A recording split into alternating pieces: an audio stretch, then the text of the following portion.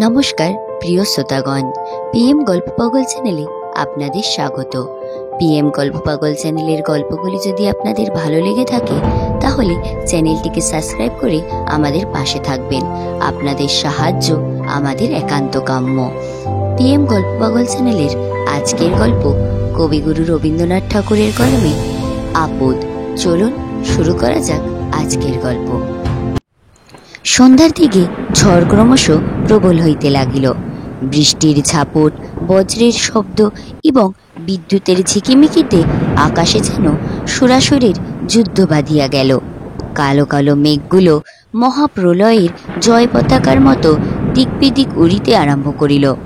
গঙ্গার এপারে ও ওপারে বিদ্রোহী ঢেউগুলো কলশব্দে নৃত্য জুড়িয়া দিল এবং বাগানের বড় বড় গাছগুলো সমস্ত শাখা ঝটপট করিয়া হাহুতাশ সহকারী দক্ষিণে বামে লুটাপুটি করিতে লাগিল।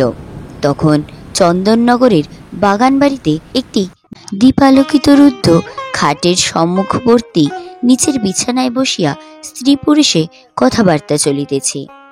শরৎবাবু বলিলেন, আর কিছুদিন থাকলেই তোমার শরীর সম্পূর্ণ সারিয়া উঠবে, তখন আমরা দেশে ফিরিতে পারিব। করুণাময়ী বলিতেছেন, আমার শরীর সম্পূর্ণ সারিয়া উঠিয়াছে, এখন দেশে ফিরিলে কোনো ক্ষতি হইবে না। বিবাহিত ব্যক্তিমাত্রেই বুঝিতে পারিবেন। কথাটা যত সংক্ষেপে রিপোর্ট করিলাম তত সংক্ষেপে শেষ হয় নাই।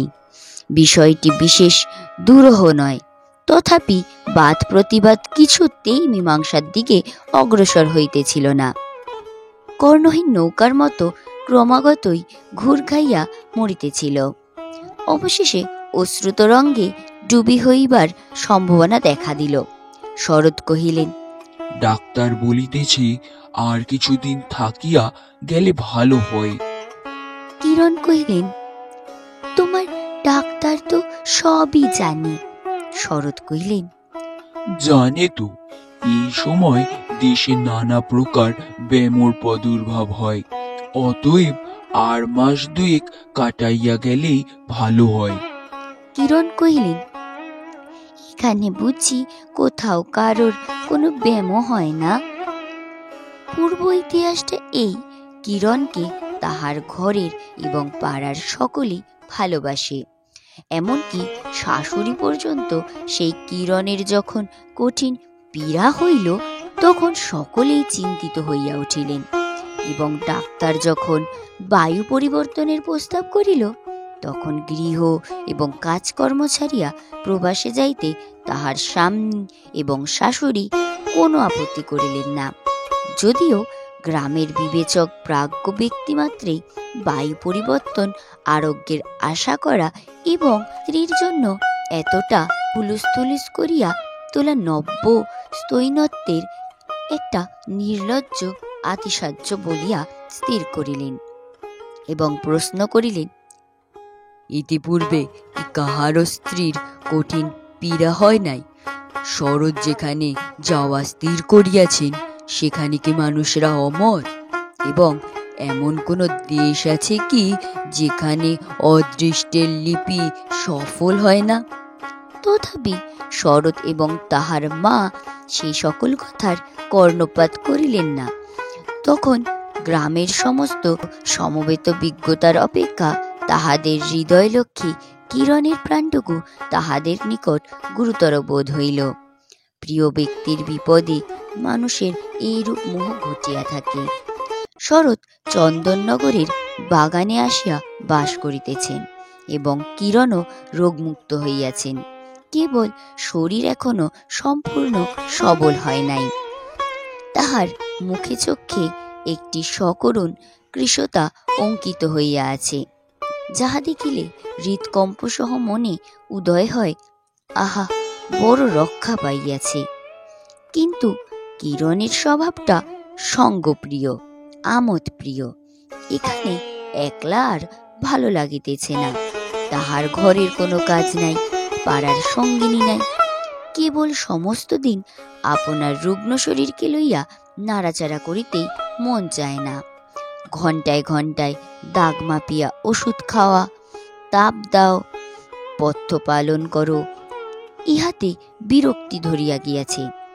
আজ ঝড়ের সন্ধ্যাবেলায় রুদ্ধগৃহে স্বামী স্ত্রীতে তাহাই লইয়া আন্দোলন উপস্থিত হইয়াছে। কিরণ যতক্ষণ উত্তর দিতেছিলে ততক্ষণ উভয় পক্ষে সমকভাবে দ্বন্দ্বযুদ্ধ চলিতেছিল, কিন্তু অবশেষে কিরণ যখন নিরুত্তর হইয়া বিনা প্রতিবাদে শরতের দিক হইতে ঈষৎ বিমুখ হইয়া ঘাড় বাঁকাইয়া বসিলেন, তখন দুর্বল নিরুপায় পুরুষটি আর কোনো অস্ত্র রহিল না। পরাভাব স্বীকার করিবার উপক্রম করিতেছে, এমন সময় বাহির হইতে বেহারা উচ্চস্বরে কি একটা নিবেদন করিল।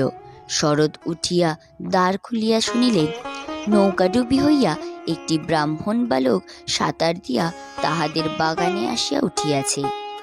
শুনিয়া কিরণের মান অভিমান দূর হইয়া গেল। তৎক্ষণাৎ আলনা হইতে শুষ্ক বস্ত্র বাহির করিয়া দিলেন এবং শীঘ্র এক বাটি দুধ গরম করিয়া ব্রাহ্মণের ছেলেকে অন্তঃপুরে ডাকিয়া পাঠাইলেন। ছেলেটির লম্বা চুল, বড় বড় চোখ, গোপের রেখা এখনো ওঠে নাই। কিরণ তাহাকে নিজে থাকিয়া ভোজন করাইয়া তাহার পরিচয় জিজ্ঞাসা করিলেন। শুনিলেন সে যাত্রা দলের ছোকরা, তাহার নাম নীলকান্ত। তাহার নিকটবর্তী সিংহবাবুদের বাড়ি যাত্রার জন্য আহত হইয়াছিলেন। ইতিমধ্যেই নৌকাডুবি হইয়া তাহাদের দলের লোকের যে কি গতি হইল কে জানে। সে ভালো সাঁতার জানিত, কোনো মতে প্রাণ রক্ষা করিয়াছে। ছেলেটি এখানেই রইয়া গেল, আর একটু হইলেই সে মারা পড়িত। এই মনে করিয়া তাহার প্রতি কিরণের অত্যন্ত দয়ার উদ্বেগ হইল।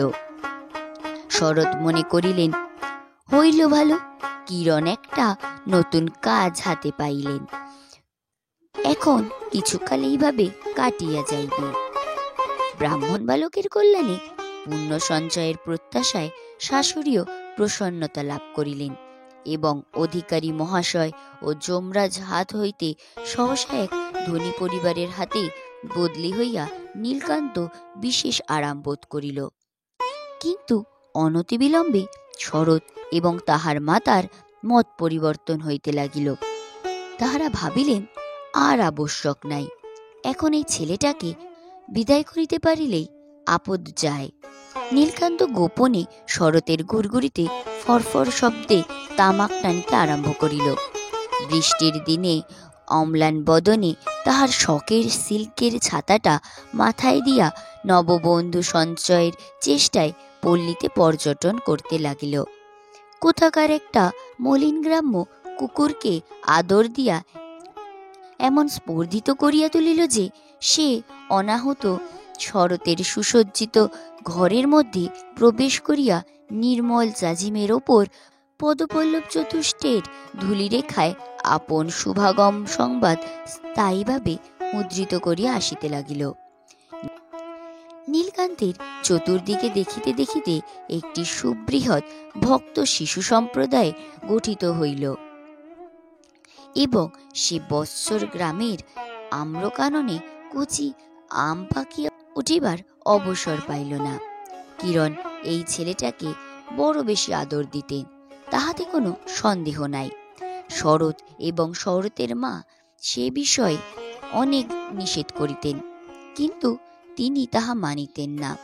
শরতের পুরাতন জামা, মোজা এবং নতুন ধুতি, চাদর, জুতা পরাইয়া তিনি তাহাকে বাবু সাজাইয়া তুলিতেন। মাঝে মাঝে যখন তখন তাহাকে ডাকিয়া লইয়া তাহার স্নেহ এবং কৌতুক উভয়ই চরিতার্থ হইত। কিরণ সহাস্যমুখে পানির বাটা পাশে রাখিয়া খাটের ওপর বসিতেন। দাসী তাহার ভিজে এলো চুল চিরিয়া চিরিয়া ঘষিয়া ঘষিয়া শুকাইয়া দিত এবং নীলকান্ত নিচে দাঁড়াইয়া হাত নাড়াইয়া নলদময়ন্তীর পালা অভিনয় করিত। এইরূপে দীর্ঘ মধ্যাহ্ন অত্যন্ত শীঘ্র কাটিয়া যাইত। কিরণ শরৎকে তাহার সহিত একাসনে দর্শক শ্রেণীভুক্ত করিবার চেষ্টা করিতেন, কিন্তু শরৎ অত্যন্ত বিরক্ত হইতেন এবং শরতের সম্মুখে নীলকান্তের প্রতিভাও সম্পূর্ণ সস্ফূর্তি পাইত না। শাশুড়ি একদিন ঠাকুর দেবতার নাম শুনিবার আশায় আকৃষ্ট হইয়া আসিতেন, কিন্তু অবিলম্বে তাহার চিরাভ্যস্ত মধ্যাহ্নকালীন নিদ্রাবেশ ভক্তিকে অভিভূত এবং তাহাকে শয্যাশায়ী করিয়া দিত। শরতের কাছে হইতে কানমলা চট্টাচাপড়টা নীলকান্তের অদৃষ্টে প্রায়ই জুটিত, কিন্তু তদপেক্ষা কঠিনতর শাসন প্রণালীর আজন্ম অভ্যস্ত থাকাতে সেটা তাহার নিকট অপমান বা বেদনাজনক বোধ হইত না। নীলকান্তের দৃঢ় ধারণা ছিল যে পৃথিবীর জলস্থল বিভাগের ন্যায় মানব জীবনটাকে আহার এবং প্রহারে বিভক্ত, প্রহারের অংশটাই অধিক। নীলকান্তের ঠিক কত বয়স নির্ণয় করিয়া বলা কঠিন। যদি 14-15 হয় তবে বয়সের অপেক্ষা মুখ অনেক বাকি আছে বলিতে হইবে। যদি 17-18 হয় তবে বয়সের অনুরূপ পাক ধরে নাই, হয় সে অকালপক্ক, নয় সে অকাল অপক্ক। আসল কথা এই যে সে অতি অল্প বয়সে যাত্রাদলে ঢুকিয়া রাধিকা দময়ন্তীর সীতা এবং বিদ্যার সখী সাজিত। অধিকারীর আবশ্যক মত বিধাতার বরে খানিক দূর পর্যন্ত বাড়িয়া তাহার বার থামিয়া গেল। তাহাকে সকলে ছোটই দেখিত, আপনাকে সে ছোটই জ্ঞান করিত। বয়সের উপযুক্ত সম্মান সে কাহারও কাছে পাইত না। এই সকল স্বাভাবিক এবং অস্বাভাবিক কারণ প্রভাবে 17 বৎসর বয়সের সময় তাহাকে অনতিপক্ষ 17 অপেক্ষা অতি পরিপক্ক 14 মতো দেখাইত। গোফের রেখা না উঠাতে এই ভ্রম আরো দৃঢ়মূল হইয়াছিল। তামাকের ধোয়া লাগাইয়া হোক বা বয়সানুচিত ভাষা প্রয়োগ বশতই হোক, নীলকান্তের ঠোঁটের কাছটা কিছু বেশ পাকা বোধ হইত এবং তাহার বৃহৎ তারা বিশিষ্ট 2টি চক্ষের মধ্যে একটি সারল্য এবং তারুণ্য ছিল। অনুমান করি নীলকান্তের ভিতরটা স্বভাবত কাঁচা, কিন্তু যাত্রা দলের তা লাগিয়া উপরিভাগের পক্কতার লক্ষণ দেখা গিয়েছে। শরৎবাবুর আশ্রয়ে চন্দননগরের বাগানে বাস করিতে করিতে নীলকান্তের উপর স্বভাবের নিয়ম অব্যাহতভাবে আপন কাজ করিতে লাগিল। সে এতদিন যে একটা বয়ঃসন্ধিস্থলে অস্বাভাবিকভাবে দীর্ঘকাল থামিয়াছিল, এখানে আসিয়া সেটা কখন এক সময় নিঃশব্দে পার হইয়া গেল। তাহার 17-18 বৎসরের বয়ঃক্রম বেশ সম্পূর্ণভাবে পরিণত হইয়া উঠিল। তাহার সে পরিবর্তন বাহির হইতে কাহারও চোখে পড়িল না, কিন্তু তাহার প্রথম লক্ষণ এই যে যখন কিরণ নীলকান্তের প্রতি বালকযোগ্য ব্যবহার করিতেন, সে মনে মনে লজ্জিত এবং ব্যথিত হইত। একদিন আমোদপ্রিয় কিরণ তাহাকে স্ত্রী বেশে সখী সাজিবার কথা বলিয়াছিলেন। সে কথাটা আকস্মাৎ তাহার বড়ই কষ্টদায়ক লাগিল, অথচ তাহার উপযুক্ত কারণ খুঁজিয়া পাইল না।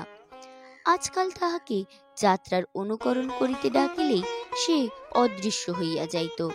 সে যে একটা লক্ষ্মী ছাড়া যাত্রা দলের ছোকরার অপেক্ষা অধিক কিছু নয়, এ কথা কিছুতেই তাহার মনে লইত না।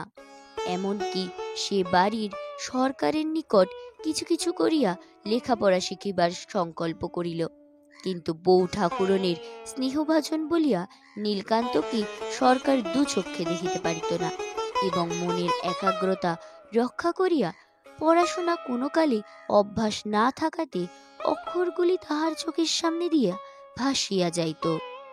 গঙ্গার ধারে চাপাতলায় গাছের গুড়িতে ঠেসান দিয়া কোলের ওপর বই খুলিয়া সে দীর্ঘকাল বসিয়া থাকিত। জল ছলছল করিত, নৌকা ভাসিয়া যাইত, শাখার ওপরে চঞ্চল অন্যমনস্ক পাখি কিচমিচ শব্দে স্বগত উক্তি প্রকাশ করিত। নীলকান্ত বইয়ের পাতায় চক্ষু রাখিয়া কি ভাবিত সে সেই জানে, অথবা সেও জানে না। একটা কথা হইতে কিছুতেই আর একটা কথায় গিয়া বুঝাইতে পারিত না, অথচ বই পড়িতেছে মনে করিয়া তাহার ভারী একটা আত্মগৌরব উপস্থিত হইত। সামনে দিয়ে যখন একটা নৌকা যাইত, তখন সে আরো অধিক আড়ম্বরের সহিত বইখানা তুলিয়া বিড়বিড় করিয়া পড়ার ভান করিত। দর্শক চলিয়া গেলে সে আর পড়ার উৎসাহ রক্ষা করিতে পারিত না। পূর্বে সে অভ্যস্ত গানগুলো যন্ত্রের মতো যথা নিয়মে গাহিয়া যাইত। এখন সেই গানের সুরগুলো তাহার মনে এক অপূর্ব চাঞ্চল্য সঞ্চার করে। গানের কথা অতি যৎসামান্য, তুচ্ছ, অনুপ্রাসে পরিপূর্ণ। তাহার অর্থও নীলকান্তের নিকট সম্যক বোধগম্য নহে।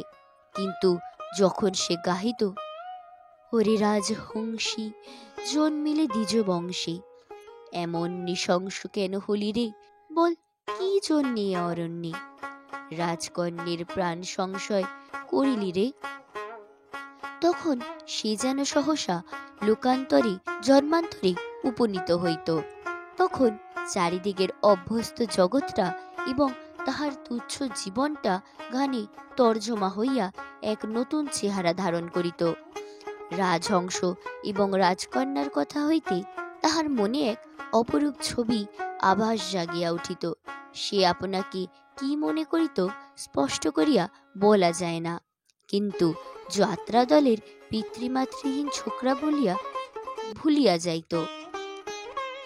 নিকান্ত অকিঞ্চনের ঘরের হতভাগ্য মলিন শিশু যখন শয্যায় শুইয়া রাজপুত্র রাজকন্যা এবং 7 রাজার ধন মানিকের কথা শোনে, তখন সেই ক্ষীণ দীপালোকের জীর্ণ গৃহকোণের অন্ধকারে তাহার মনটা সমস্ত দারিদ্র্য ও হীনতায় বন্ধন হইতে মুক্ত হইয়া এক সসম্ভব রূপকথার রাজ্যে এক নতুন রূপ, উজ্জ্বল বেশ এবং অপ্রতিহত ক্ষমতা ধারণ করে সেই রূপ গানের সুরের মধ্যে সেই যাত্রার দলের ছেলেটি আপনাকে এবং আপনার জগৎকে একটি নবীন আকারে সৃজন করিয়া তুলিত। জলের ধ্বনি, পাতার শব্দ, পাখির ডাক এবং যে লক্ষ্মী এই লক্ষ্মী ছাড়াকে আশ্রয় দিয়েছিল, তাহার সহসা স্নেহ মুখচ্ছবি, তাহার কল্যাণমণ্ডিত বলয় বেষ্টিত বাল্য দুইখানি এবং দুর্লভ্য সুন্দর পুষ্পদল কোমল রক্তিম চরণ যুগল কি এক মায়া মন্ত্র বলে রাগিনীর মধ্যে রূপান্তরিত হইত। আবার এক সময় এই গীতমরীচিকা কোথায় অপসারিত হইত, যাত্রা দলের নীলকান্ত ঝাঁকড়া চুল লইয়া প্রকাশ পাইত। আমবাগানের মধ্যে অর্ধ প্রতিবেশীর অভিযোগক্রমে শরৎ আসিয়া তাহার গালে ঠাস ঠাস করিয়া চর কষাইয়া দিতেন এবং বালক ভক্তমণ্ডলীর অধিনায়ক হইয়া নীলকান্ত জলস্থলে এবং তরুণ শাখাগৃহে নব নব উপদ্রব সৃজন করিতে বাহির হইত। জলের ধ্বনি, পাতার শব্দ, পাখির ডাক এবং যে লক্ষ্মী এই লক্ষ্মী ছাড়াকে আশ্রয় দিয়েছেন, তাহার সহস্র স্নেহ মুখচ্ছবি, তাহার কল্যাণমণ্ডিত বলয় বেষ্টিত বাল্য দুইখানি এবং দুর্লভ সুন্দর পুষ্পদল কোমল রক্তিম চরণ যুগল কি এক মায়ামন্ত্র বলে রাগিনীর মধ্যে রূপান্তরিত হইয়া যাইত। আবার এক সময় এই গীত মরীচিকা কোথায় অপসারিত হইত, যাত্রার দলের নীলকান্ত ঝাঁকড়া চুল লইয়া প্রকাশ পাইত। আমবাগানের মধ্যে অর্ধ প্রতিবেশীর অভিযোগক্রমে শরৎ আসিয়া তাহার গালে ঠাস ঠাস করিয়া চর কষাইয়া দিতেন এবং বালক ভক্তমণ্ডলীর অধিনায়ক হইয়া নীলকান্ত জলস্থলে তরু শাখাগ্রে নব নব উপদ্রব সৃজন করিতে বাহির হইত। ইতিমধ্যে শরতের ভাই সতীশ কলকাতা কলেজের ছুটিতে বাগানে আসিয়া আশ্রয় লইল। কিরণ ভারী খুশি হইলেন। তাহার হাতে আরেকটি কাজ জুটিল। উপবেশনে আহারে আচ্ছন্দে সমবয়স্ক ঠাকুরপোর প্রতি পরিহাস পাশ বিস্তার করিতে লাগিলেন।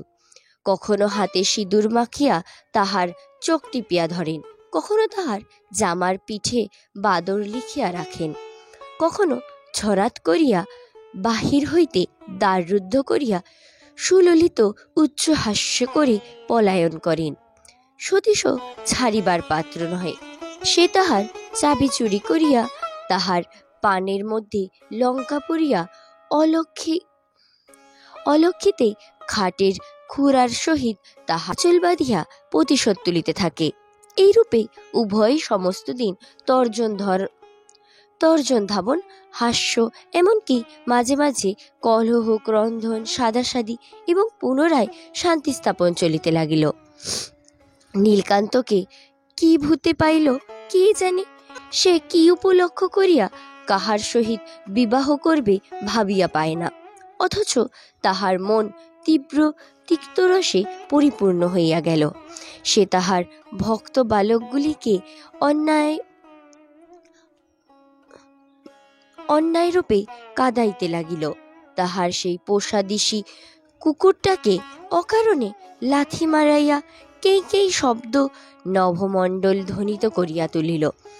এমনকি পথে ভ্রমণের সময় সবেগে ছড়ি মারিয়া আগাছাগুলোর শাখাচ্ছেদন করিয়া চলিতে লাগিল। যাহারা ভালো খাইতে পারে তাহাদিগকে সম্মুখে বসিয়া খাওয়াইতে কিরণ অত্যন্ত ভালোবাসেন। ভালো খাইবার ক্ষমতাটা নীলকান্তের ছিল। সুখাদ্য দ্রব্য পুনঃ পুনঃ খাইবার অনুরোধ তাহার নিকট কদাচ ব্যর্থ হইত না।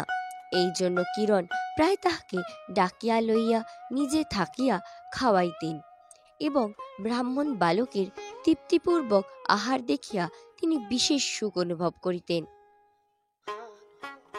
সতীশ আসার পরে অনবসররত নীলকান্তের আহারস্থলে প্রায় মাঝে মাঝে কিরণকে অনুপস্থিত থাকতে হইত। পূর্বে এরূপ ঘটনা তাহার ভোজনের কিছুমাত্র ব্যাঘাত হইত না। সে সর্বশেষে দুধের বাটি ধুইয়া তাহার জল শুদ্ধ খাইয়া তবে উঠিত। কিন্তু আজকাল কিরণ নিজে ডাকিয়া না খাওয়াইলে তাহার বক্ষ ব্যথিত হয়, তাহার মুখ বিস্বাদ হইয়া উঠিত, না খাইয়া উঠিয়া পড়িত। বাষ্পরুদ্ধ কণ্ঠে দাসীকে বলিয়া যাইত, আমার ক্ষুধা নাই।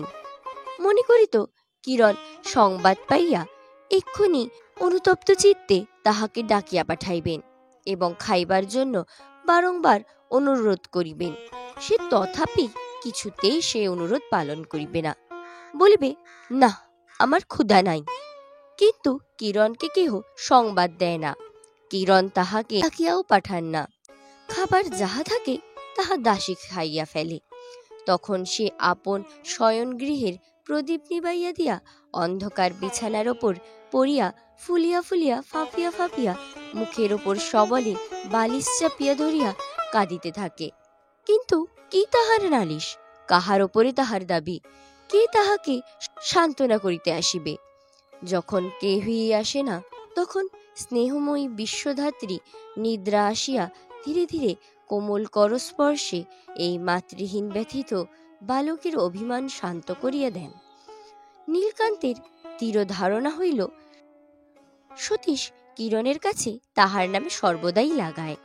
যেদিন কিরণ কোনো কারণে গম্ভীর হইয়া থাকিতেন, সেদিন নীলকান্ত মনে করিত সতীশের চক্রান্তে কিরণ তাহারই উপরে রাগ করিয়া আছেন। এখন হইতে নীলকান্ত এক মনে তীব্র আকাঙ্ক্ষার সঙ্গে সর্বদাই দেবতার নিকট প্রার্থনা করে, আর জন্মে আমি যেন সতীশ হই এবং সতীশ যেন আমি হয়। সে জানিত ব্রাহ্মণের একান্ত মনের অভিশাপ কখনো নিষ্ফল হয় না। এই জন্য সে মনে মনে সতীশকে ব্রহ্মতেজে দগ্ধ করিতে গিয়া নিজে দগ্ধ হইতে থাকিত এবং উপরের তলা হইতে সতীশ ও তাহার বউ ঠাকুরণীর উচ্ছ্বাসিত উচ্চহাস্য মিশ্রিত পরিহাস কলরব শুনিতে পাইত। নীলকান্ত স্পষ্টত সতীশের কোনরূপ শত্রুতা করিতে সাহস করিত না, কিন্তু সুযোগ মতো তাহার ছোটখাটো অসুবিধা ঘটিয়া প্রতিলাভ করিত। ঘাটের সোপানে সাবান রাখিয়া সতীশ যখন গঙ্গায় নামিয়া ডুব দিতে আরম্ভ করিত, তখন নীলকান্ত ফস করিয়া আসিয়া সাবান চুরি করিয়া লইত। সতীশ যথাকালে সাবানের সন্ধানে আসিয়া দেখিত সাবান নাই। একদিন নাহিতে নাহিতে হঠাৎ দেখিল তাহার বিষের শখের চিকনের কাজ করা জামাটি গঙ্গার জলে ভাসিয়া যাইতেছে। ভাবিল হাওয়ায় উড়ে গেছে, কিন্তু হাওয়া কোন দিক হইতে বহিল তাহা কেহ জানে না। একদিন সতীশকে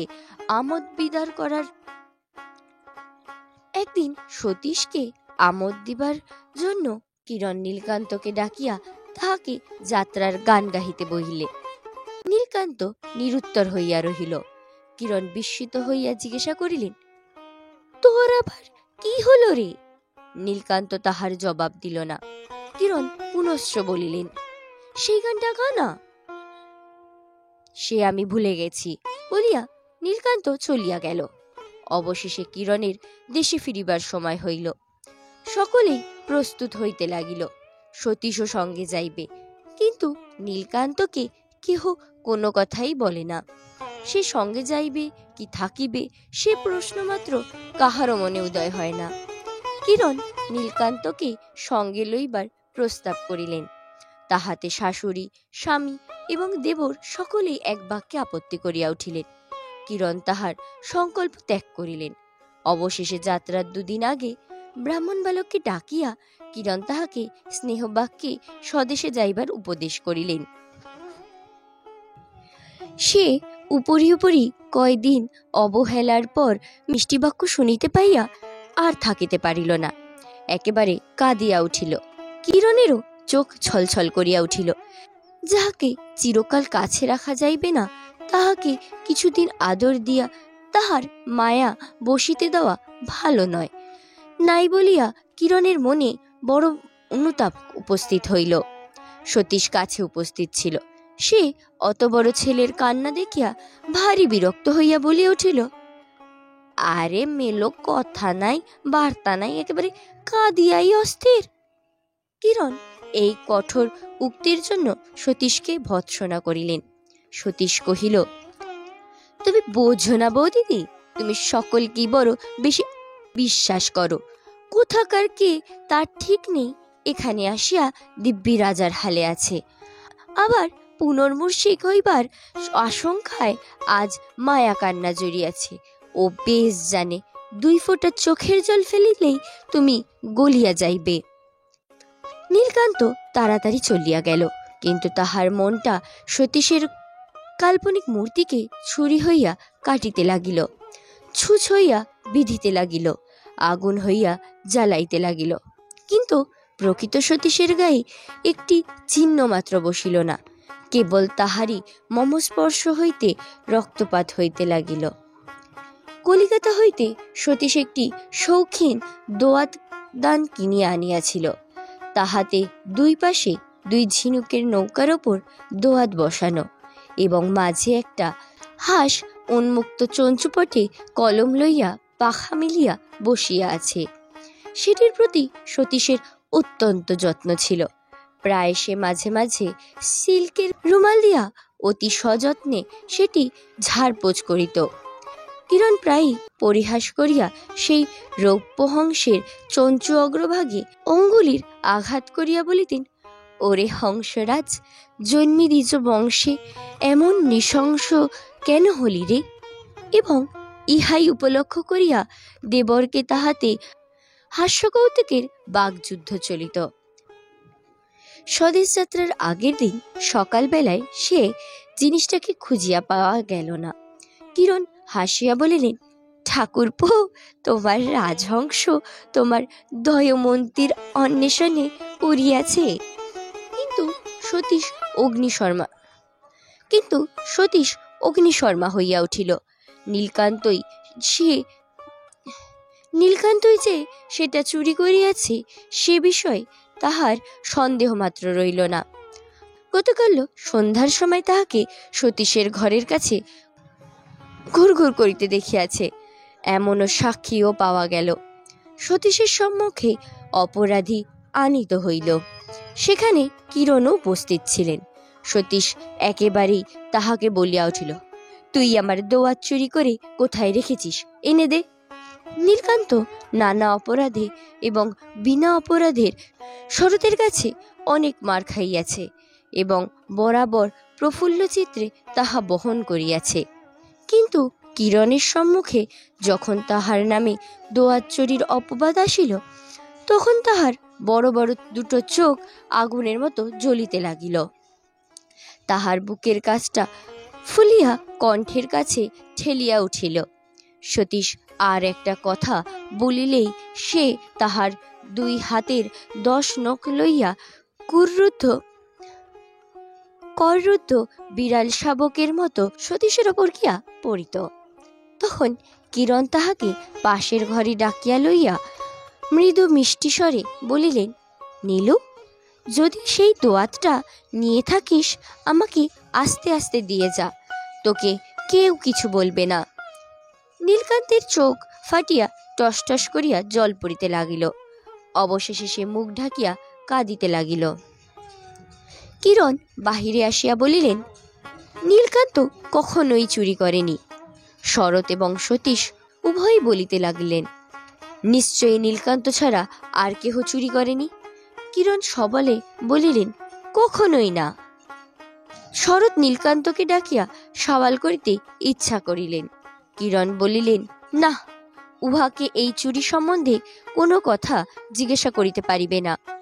সতীশ কহিলেন, উহার ঘর এবং বাক্স খুঁজিয়া দেখা উচিত।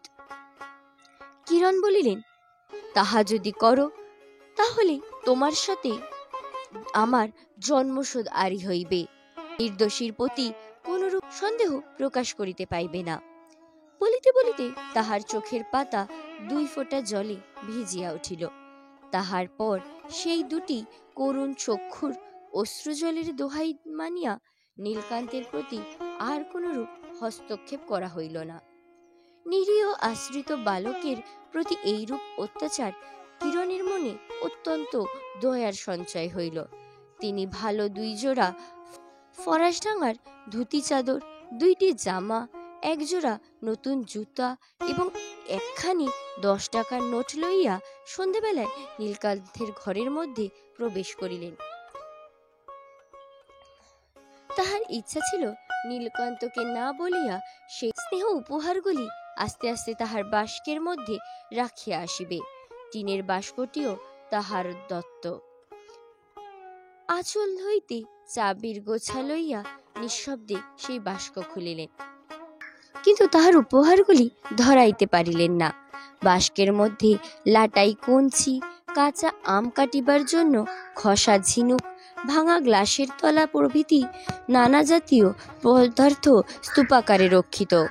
কিরণ ভাবিলেন, বাস্কটা ভালো করিয়া গুছাইয়া তাহার মধ্যে সকল জিনিস ধরাইতে পারিবেন। সেই উদ্দেশ্যে বাস্কটি খালি করিতে লাগিলেন। প্রথমে লাটিম ছুরি প্রভৃতি বাহির হইতে লাগিল। তাহার পরে খান কয়েক ময়লা এবং কাঁচা কাপড় বাহির হইল। তাহার পরে সকলের নিচে হঠাৎ সতীশের সেই বহু যত্নের রাজহংস শোভিত দোয়াতটানটি বাহির হইয়া আসিল। কিরণ আশ্চর্য হইয়া আরক্তিম মুখে অনেকক্ষণ সেটি হাতে করিয়া লইয়া ভাবিতে লাগিল। ইতিমধ্যে কখন নীলকান্ত পশ্চাৎ হইতে ঘরে প্রবেশ করিল, তিনি তাহা জানিতেও পারিলেন না। নীলকান্ত সমস্তই দেখিল, মনে করিল কিরণ স্বয়ং চোরের মতো তাহার চুরি ধরিতে আসিয়াছেন এবং তাহার চুরিও ধরা পড়িয়াছে। সে যে কেবল সামান্য চোরের মতো লোভে পড়িয়া চুরি করে নাই, সে যে কেবল প্রতিহিংসা সাধনের জন্যই এ কাজ করিয়াছে। সে যে ওই জিনিসটাকে গঙ্গার জলে ফেলিয়া দেবে বলিয়া ঠিক করিয়াছিল, কেবল এক মুহূর্তের দুর্বলতাবশত ফেলিয়া না দিয়া নিজের বাস্কের মধ্যে পুরিয়াছে। এ সকল কথা সে কেমন করিয়া বুঝাইবে? সে চোর নয়, সে চোর নয়, তবে সে সকল কথা কি কেমন করিয়া বলিবে? কিরণ যে তাহাকে চোর বলিয়া সন্দেহ করিয়াছে এই নিষ্ঠুর অন্যায় সে কিছুতেই বুঝাইতে পারিবেন না, বহন করিতেও পারিবে না। কিরণ একটা দীর্ঘ নিঃশ্বাস ফেলিয়া সেই দোয়াতদানটা বাস্কের ভেতর রাখিলেন।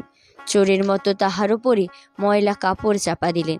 তাহার ওপরে বালকের লাটাই লাটিম, ঝিনুক, কাচের টুকরো প্রভৃতি সমস্ত রাখিলেন এবং সর্বোপরি তাহার উপহারগুলিও 10 টাকার নোটটি সাজাইয়া রাখিলেন। কিন্তু পরের দিন সেই ব্রাহ্মণ বালকের কোনো উদ্দেশ্য পাওয়া গেল না।